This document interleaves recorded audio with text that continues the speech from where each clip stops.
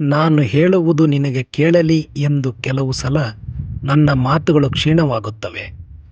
ಪಿಸುಮಾತಿನಂತೆ, ಕಡಲ ತಡಿಯ ಹಕ್ಕಿಗಳ ಹೆಜ್ಜೆಯಂತೆ.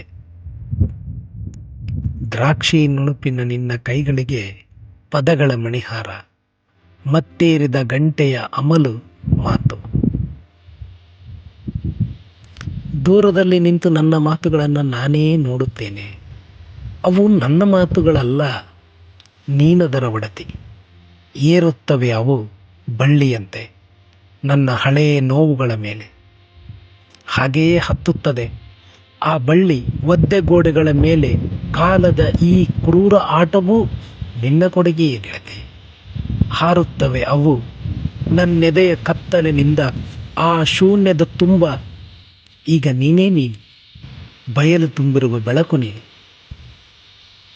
ನೀನು ಬರುವ ಮೊದಲು ಅಲ್ಲಿ ಪದಗಳ ರಾಜ್ಯ.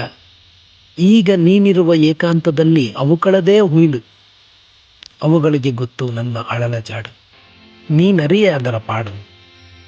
ಈಗ ಅವು ನನ್ನ ಬಗೆಯೊಳಗನೆ ತೆಗೆದು ನಿನಗೆ ತೋರಲಿ ಎಂದು ನನ್ನ ಬಯಕೆ.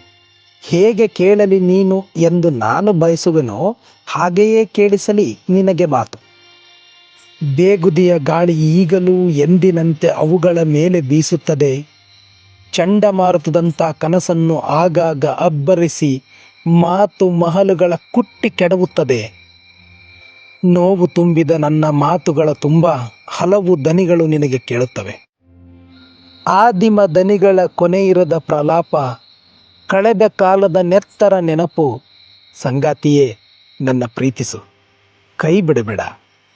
ಬಾ ನನ್ನೊಡನೆ, ಬೇಗುದಿಯ ಈ ಅಲೆ ಮೇಲೆ ನನ್ನೊಡನೆ ತೇಲು, ನನ್ನೊಡನಾಡಿ.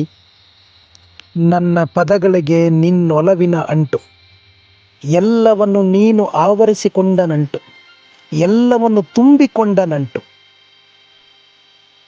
ಎಲ್ಲ ಪದಗಳನ್ನು ಕೂಡಿಸಿ ದ್ರಾಕ್ಷಿಯಂಥ ನುಣುಪಿನ ನಿನ್ನ ಬಿಳಿ ಕೈಗಳಿಗೆಂದು ಕೊನೆಗಿರದ ಮಣಿಸರವ ಪೋಣಿಸಲು ಕುಳಿತಿದ್ದೇನೆ.